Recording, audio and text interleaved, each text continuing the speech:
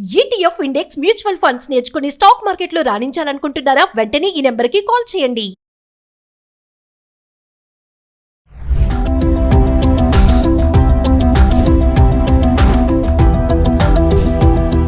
నమస్తే, welcome back to Suman TV. ప్రస్తుతం మనతో పాటున్నారు consumers affairs committee chairman Mandari Krishna Reddy గారు. నమస్తే సార్. నమస్తే అమ్మా. సార్, మనం ఒక వీడియో చేసాం పోస్ట్ ఆఫీస్ స్కీమ్ గురించి. 40 years నుంచి 65 years వాళ్ళకి.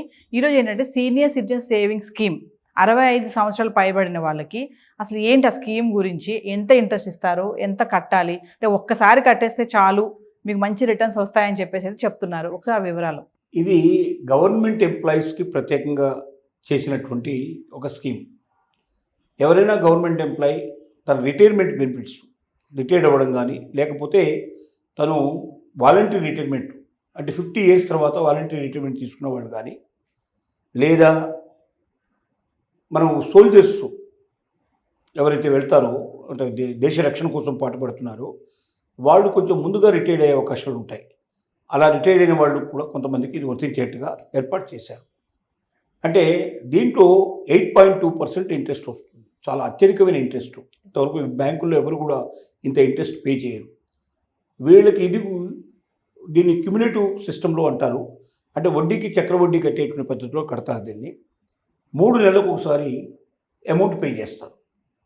ఈ వడ్డీ మొత్తం ఎంత వస్తుందంటే సుమారుగా ఒక 30 లక్షల రూపాయలు మనం ఈ స్కీమ్లో పెట్టినట్టయితే, పోస్ట్ ఆఫీస్లో ఈ స్కీము వర్తిస్తుంది. స్కీమ్లో పెట్టినట్టయితే కొన్ని బ్యాంకుల్లో కూడా ఇది పెట్టే పాసిబిలిటీస్ తీసుకొచ్చారు.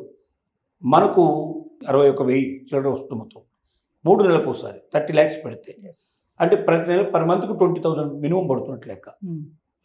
సో అలాగే ₹1,00,000 పెడితే దాని తగ్గట్టుగా 2 లక్షలు అన్నీ మనకు సుమారు ఈ రకమైన క్యుములేటివ్ 8.2% క్యుములేటివ్ సిస్టమ్ లోపల దాని మీద వడ్డీకి చక్ర వడ్డీ వచ్చే పద్ధతి ఏర్పాటు చేశారు. ఈ స్కీమ్ అన్నిటికన్నా ఎక్కువ వడ్డీ ఇచ్చేటువంటిది. అంటే భారతదేశంలో ఏ పథకానికి ప్రభుత్వ పథకాల ద్వారా ఇవ్వనంత ఎక్కువ వడ్డీ అత్యధికంగా ఇచ్చారు. కారణం ఏంటంటే సీనియర్ సిటిజన్ దృష్టిలో పెట్టుకొని 5 ఏళ్ల వరకు ఈ సిస్టమ్ ఇచ్చారు. అంటే ఎవరైనా 5 years వరకు డిపాజిట్ చేసుకోవచ్చు. 5 years దాటిన తర్వాత ఇంకా 3 years వరకు కూడా దీన్ని కంటిన్యూ చేసుకునే అవకాశం ఉంది. 5 years పూర్తయిన వాళ్ళు మళ్ళీ ఎక్స్టెన్షన్ అడిగితే ఇంకో 3 years ఇస్తారు. 8 years వరకు పాసిబిలిటీ ఇచ్చారంటే దీంట్లో ఏంటంటే ఒకవేళ మధ్యలో కావాలని ఎవరిని అనుకుంటే కూడా డబ్బుని కొంచెం కట్ చేసి ఇస్తారు. ఎందుకంటే వీళ్ళు ఇంత వడ్డీ ఇచ్చేందుకు సిద్ధపడి దాంట్లో పెట్టారు కాబట్టి 5 ఏళ్ల పాటు డబ్బులు ఉంటాయని ఏం చేస్తుంది గవర్నమెంట్, దీన్ని వేరే దాంట్లో ఇన్వెస్ట్ చేస్తుంది. ఏదో పెద్ద పెద్ద ప్రాజెక్టులో పెడుతుంది, గవర్నమెంట్ బాండ్స్లో పెడుతుంది. మరి డబ్బులు తిరిగి చెల్లించాలంటే ఎక్కడ నుంచి ఆదాయం రావాలి కదా, ఆదాయం వచ్చేట్టు చేస్తుంది. 5 years కాకముందే వీళ్ళు వెంటనే డబ్బులు తీసుకుంటారు అన్నప్పుడు నష్టం వచ్చే అవకాశం ఉంటుంది. అక్కడ ఆ నష్టాన్ని భర్తీ చేయడానికి గాను కొంచెం పర్సెంటేజ్, చిన్న స్మాల్ పర్సెంటేజ్ కట్ చేసి మిగతా డబ్బులు ఇచ్చేస్తారు. దీంట్లో 20 లక్షలకు మించి దాదాపుగా ఒకరు చేయడానికి అవకాశం ఉంటుంది. ఇద్దరు కలిసి మొత్తం 30 లక్షలు చేసుకోవచ్చు. ఇద్దరు భార్యాభర్తలు ఇద్దరు కలిసి 30 లక్షలు చేసుకోవచ్చు. అట్లా పాసిబిలిటీ ఇచ్చారన్నట్టు. 30 lakhs ఇచ్చారు. ఒకవేళ మధ్యలో చనిపోతే వ్యక్తి, వాళ్ళకి ఈ డబ్బులతో పాటుగా అడిషనల్గా అమౌంట్ కూడా వడ్డీ అప్పటిదాకా ఉన్నదాన్ని లెక్కగట్టి కూడా ఇస్తారు. ఆ పాసిబిలిటీ కూడా దీంట్లో ఇచ్చారన్నట్టు.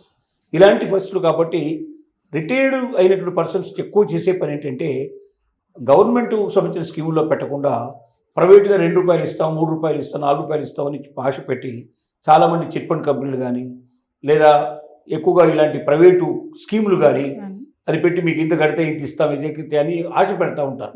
అలాంటి స్కీముల్లో కట్టి ఉన్న డబ్బంతా పోగొట్టుకొని ఆత్మహత్యలు చేసుకున్నటువంటి వాళ్ళు కూడా సీనియర్ సిటిజన్ చాలామంది ఉన్నారు. పిచ్చి వాళ్ళు అయిపోయిన వాళ్ళు చాలామంది ఉన్నారు. ఎందుకంటే ఆ డబ్బుతోటే వాళ్ళ జీవితం అంతా బతకాలి. వాళ్ళ జీవితం చివరి దాకా బతకడానికి ఏర్పాటు చేసుకున్న డబ్బులు మధ్యలోనే పోతే వాళ్ళు బతకడమే చాలా కష్టమైపోయి అడుగుతున్నటువంటి స్థితికి రావడం, అది అంతకన్నా ఆత్మహత్య బెటర్ దాన్ని ఆశ్రయించినట్టు జరుగుతున్నాయి. కాబట్టి ప్రతి రిటైర్మెంట్ ఎంప్లాయీ ఇంతకన్నా గొప్ప స్కీమ్ ఉండదు. 20,000 rupees పర్ మంత్ వస్తుంది. 30 లక్షలు పెట్టుకుంటే 20,000 రూపాయలు పర్ మంత్ వస్తుంది. 3 నెలలకు ఒకసారి 60,000 చిల్లర వస్తుంది. ఇంత గొప్ప స్కీమ్ వేరే దాంట్లో ఉండదు. కాబట్టి ప్రతి రిటైర్మెంట్ పర్సన్ కూడా తన డబ్బుకు భద్రత ఉంది. ఇది ఎందుకంటే ప్రభుత్వానికి సంబంధించింది కాబట్టి పోస్ట్ ఆఫీస్లో పెడతారు, కొన్ని బ్యాంకుల్లో పెడతారు కాబట్టి ₹1 దీంట్లో ఎక్కడికి పోదు. ఏ ప్రభుత్వం మారినా మనకి ఇబ్బంది లేదు, తప్పనిసరిగా డబ్బు వస్తుంది. 100% గ్యారంటీగా ఉండేటువంటి అవకాశం ఉంది. దీంట్లో వచ్చేటువంటి వడ్డీ కూడా మనకు పర్ఫెక్ట్గా వచ్చే అవకాశం ఉంది. కాబట్టి దీనికి ఇంకా గవర్నమెంట్ నుంచి కూడా ఇంకే రకమైన ఇబ్బందులు ఉండవు మనం. ఎందుకంటే మళ్ళీ ఇన్కమ్ ట్యాక్స్ కట్టాల్సిన అవసరం కూడా ఉండదు. దాంట్లో రాయితీ కూడా ఇస్తారు. దీంట్లో ఓన్లీ రిటైర్డ్ పర్సన్స్కు మాత్రమే అవకాశం ఉంది. విఆర్ఎస్ తీసుకున్న వాళ్ళకు కూడా ఈ అవకాశం ఉంది. 50 ఏళ్ళ తర్వాత తీసుకున్న వాళ్ళకి, తర్వాత ఆర్మీలో పనిచేసే వాళ్ళు, సోల్జర్స్లో ఉండేవాళ్ళు, దేశ రక్షణలో ఉండేటువంటి వాళ్ళకు కూడా రిటైర్ అయిన పర్సన్కి, వాళ్ళకి వాలంటీర్ రిటైర్మెంట్ కానీ రిటైర్ అయిన పర్సన్స్ కానీ పాసిబిలిటీస్ ఉన్నాయి. వాళ్ళందరూ దీన్ని ఉపయోగించుకొని తప్పనిసరిగా తన జీవితాల్లో ఆనందమయం చేసుకోవాలని మనం కోరుకుంటున్నాం. మామూలుగా సార్ పోస్ట్ ఆఫీస్కి వెళ్తే అంటే ఇలాంటి వాటి గురించి మనం సంప్రదించాలంటే అక్కడ ఎవరిని కలవాల్సి వస్తుంది సార్? అసలు పోస్ట్ ఆఫీస్లో జనరల్గా దానికి సంబంధించిన డిజిగ్నేటెడ్ పర్సన్ ఉంటాడు. ఏ పర్సన్ అనే వివరాలు చెప్పడానికి ఒక పర్సన్ ఉంటాడు. లేదంటే పోస్ట్ మాస్టర్నే మెయిన్ పర్సనే కలిసినట్టయితే ఓకే, అతనికి తప్పనిసరిగా వివరాలు తెలిసే అవకాశం ఉంది. కింది వాళ్ళకి అవకాశాలు లేవు, తక్కువ. పోస్ట్ మాస్టర్కి ఇవన్నీ తెలుస్తాయి సార్? పోస్ట్ మాస్టర్కి సహజంగా తెలుస్తాయి. కాకపోతే పల్లెటూరులో ఉండే పోస్ట్ మాస్టర్స్ అంత అప్డేట్ చేసుకోవడానికి కొంచెం ఆ నాలెడ్జ్ సరిపోతుందో చెప్పడం కష్టం. ఒకవేళ అలాంటి పరిస్థితి ఏర్పడితే కొంచెం మండల హెడ్ క్వార్టర్లో ఉండే పోస్ట్ ఆఫీసు అట్లా కాంటాక్ట్ చేసినా కూడా తప్పనిసరిగా వాళ్ళకి వివరాలు తెలిసే అవకాశాలు ఉంటాయి. ఎందుకంటే కొంతమంది కామెంట్స్ పెడుతున్నారు సార్ మనం చేసిన వీడియోకి, ఏంటంటే పోస్ట్ ఆఫీస్కి వెళ్తే సరిగ్గా వాళ్ళు మమ్మల్ని రెస్పాండ్ అవ్వరు, రెస్పాన్స్ తీసుకోరు, మమ్మల్ని ఇబ్బంది పెడతారని అంటున్నారు. అలాంటి వాళ్ళకి మీరు ఏమైనా చెప్తారా? అట్లా ఎక్కడైనా ఒక చోట జరిగితే ఉండొచ్చు కానీ అన్ని చోట్ల జరగవు. ఎందుకంటే వాళ్ళు కూడా ఇప్పుడు ప్రైవేటుగా సంస్థల కన్నా చాలా మించినటువంటి నాలెడ్జ్ వాళ్ళు సంపాదించుకుంటున్నారు.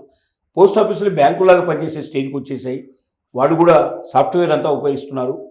పాత వాళ్ళు ఉంటే వాళ్ళకి అప్డేట్ చేశారు నాలెడ్జ్. ఎక్కడైనా 1-2 పోస్ట్ ఆఫీసులు జరిగే అవకాశం ఉంది కానీ 99% జరగవు. ఒకవేళ చిన్న పోస్ట్ ఆఫీసులో వాళ్ళకి ఇన్ఫర్మేషన్ దొరకకపోతే కొంచెం పెద్ద పోస్ట్ ఆఫీస్ అంతగా ఉండేదానికి కాంటాక్ట్ చేస్తే తప్పనిసరిగా వాళ్ళకి వివరాలని తెలిసే అవకాశాలు ఉంటాయి. Thank you sir.